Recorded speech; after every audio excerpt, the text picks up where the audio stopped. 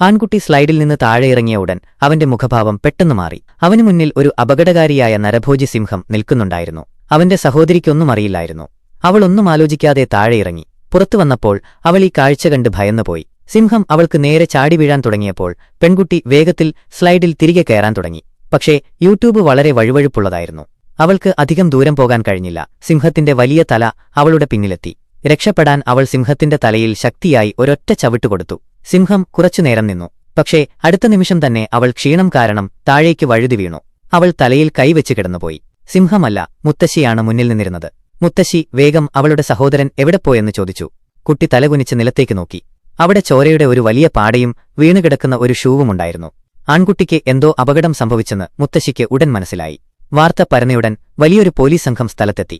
അടുത്തെങ്ങുമുള്ള ആളുകളുടെ സുരക്ഷയ്ക്കായി ഒരു മുന്നറിയിപ്പ് നൽകി. എല്ലാവരും വീടിനുള്ളിൽ തന്നെ കഴിയണമെന്നും രാത്രിയിൽ പുറത്തിറങ്ങരുതെന്നും. കാരണം ആ സമയത്ത് ഭക്ഷണമെത്തിക്കാൻ ആരുമുണ്ടായിരുന്നില്ല.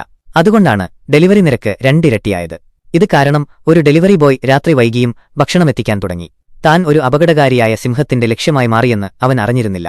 ഭാഗ്യവശാൽ അവൻ റിയർ വ്യൂ മിററിൽ സിംഹത്തെ കണ്ടു. ഉടൻ ആക്സിലറേറ്റർ അമർത്തി. അവന്റെ ഇലക്ട്രിക് കാർ വേഗത്തിലായിരുന്നു. പക്ഷേ 4 കാലുകൾ 2 കാലുകളേക്കാൾ വേഗതയുള്ളതാണ്. സിംഹം വരുന്നത് കണ്ട് അവൻ കാർ വെട്ടിച്ച് രക്ഷപ്പെടാൻ ശ്രമിച്ചു. പക്ഷേ അവൻ വീഴുകയും ജഡത്വം കാരണം മുന്നിലുള്ള നദിയിലേക്ക് വഴുതിപ്പോവുകയും ചെയ്തു. എങ്ങനെയോ അവൻ നദിയിൽ നിന്ന് പുറത്തുവന്ന് ചുറ്റും നോക്കി. എല്ലാം സാധാരണമായിരുന്നു. അവൻ ആശ്വാസത്തോടെ ഒന്ന് നിശ്വസിച്ചു. പക്ഷേ അപ്പോഴേക്കും ഡെലിവറി ബോയിയും സിംഹത്തിന്റെ കൈകളാൽ കൊല്ലപ്പെട്ടു. അടുത്ത ദിവസം തെരുവുകളിൽ സിംഹത്തിന്റെ വിസർജ്യം നിറഞ്ഞിരുന്നു. ഇനി ആരും ഭക്ഷണമെത്തിക്കാൻ ധൈര്യപ്പെട്ടില്ല. സിംഹത്തെ കണ്ടെത്തിക്കൊല്ലാൻ പോലീസ് ഉടൻ ഒരു സിംഹത്തെ പിടിക്കുന്ന സംഘത്തെ രൂപീകരിച്ചു. പക്ഷേ 3 ഗുണ്ടകൾ ഇതിനെ പരിഹസിച്ചു.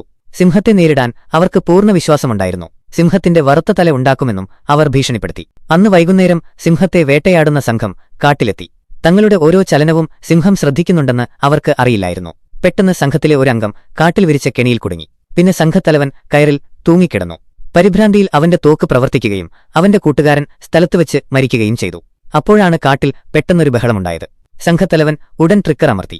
എല്ലാം ശാന്തമായപ്പോൾ അവർക്ക് മനസ്സിലായി നിലത്തുകിടക്കുന്നത് സിംഹങ്ങളല്ല, പകരം പകൽ സിംഹത്തിന്റെ തല വറുക്കുമെന്ന് സംസാരിച്ച അതേ 3 ഗുണ്ടകളാണെന്ന്.